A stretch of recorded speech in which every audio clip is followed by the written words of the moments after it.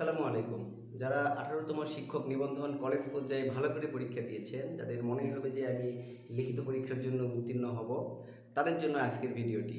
যারা পদার্থবিজ্ঞানে honours complete করেছেন বা মাস্টার্স কমপ্লিট করেছেন, তারা যারা চাচ্ছেন যে একটা কলেজের প্রভাষক হওয়ার জন্য স্বপ্ন দেখছেন, তাদের জন্য আজকের ভিডিওটি।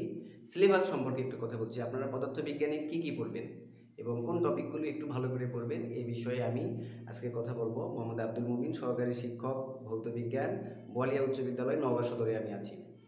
গত বছর আমিও কলেজের পরীক্ষা দিয়েছিলাম। সিট কম থাকার কারণে আসলে লিখিত পরীক্ষা দেওয়ার পরেও টিকি নাই। আসলে টিকি নাই বড় কথা সেটা না, সেটা হচ্ছে আল্লাহ আমার রিজিক রাখে নাই, হয়তো বা সেই জন্যই হয় নাই।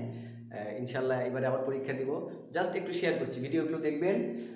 কোন টপিকগুলো ভালো করে পড়লে আপনারা আসলে ইফেক্টিভ হবে আপনাদের জন্য, এই জিনিসটা একটু আলোচনা করছি। ভেক্টর পড়বেন অবশ্যই। এই ভেক্টর থেকে গতিসূত্র পড়বেন। নিউটনের দুইটা গতিসূত্র আছে, প্রথম গতিসূত্র, দ্বিতীয় গতিসূত্র।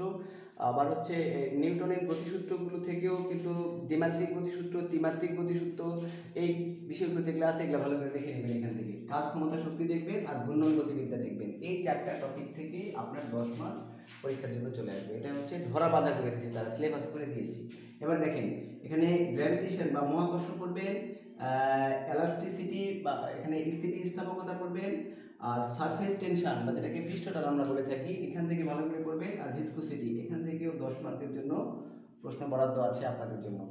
পরের টপিকে একটু কথা বলি। দেখেন, হিট অ্যান্ড টেম্পারেচার বা যেটাকে আমরা বলি তাপ ও তাপমাত্রা, ভালো করে দেখবেন।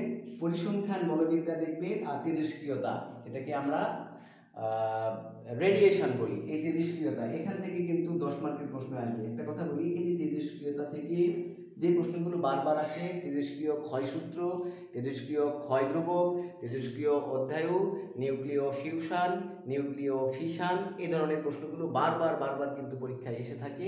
ভালো করে দেখবেন এগুলা। এখান থেকেও তাহলে 10 মার্ক চলে গেল। ইলেকট্রোম্যাগনেটিজম থেকে টোটাল 10 মার্কের প্রশ্ন হবে।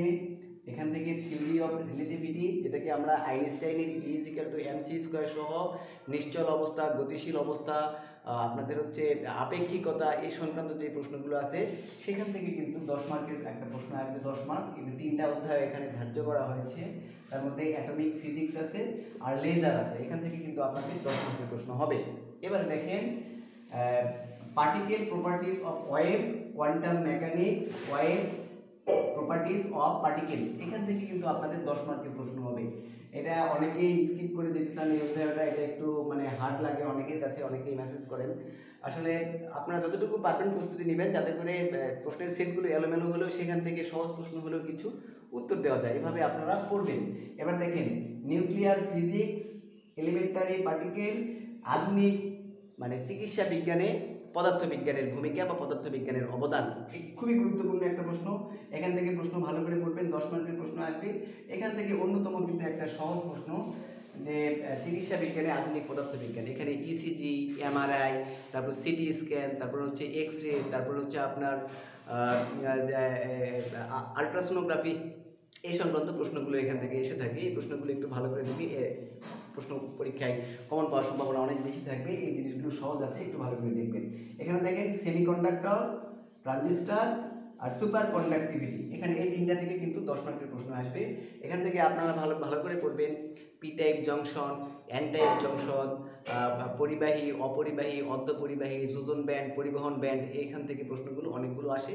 এই প্রশ্নগুলো আপনারা ভালো করে এখান থেকে দেখে নেবেন, 10 মার্কের জন্য পাবেন। আর ট্রানজিস্টার থেকে একটা কথা বলি, ট্রানজিস্টার থেকে 2টা প্রশ্ন রিভেন্স বা প্রতিপক্ষভাবে প্রত্যেক বছর উল্টাপাল্টা করে এসেই থাকে।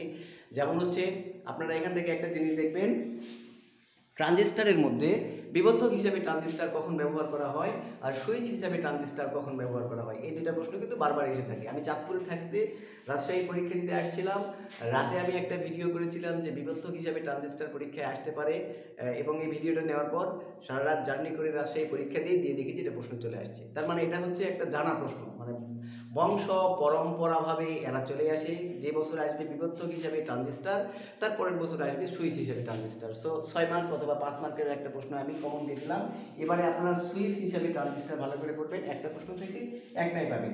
সুপার কন্ডাক্টিভিটি করবে, তার মানে এই যে এখান থেকে ইলেকট্রনিক্সের এই জায়গা থেকে আপনারা 10 মার্ক কমন পাচ্ছেন। এবার দেখেন, তরঙ্গ, যেটাকে বলি আমরা ওয়েভ আর অপটিক বা আলোক বিজ্ঞান, এখান থেকে কিন্তু 10 মার্কের প্রশ্ন চলে আসবে।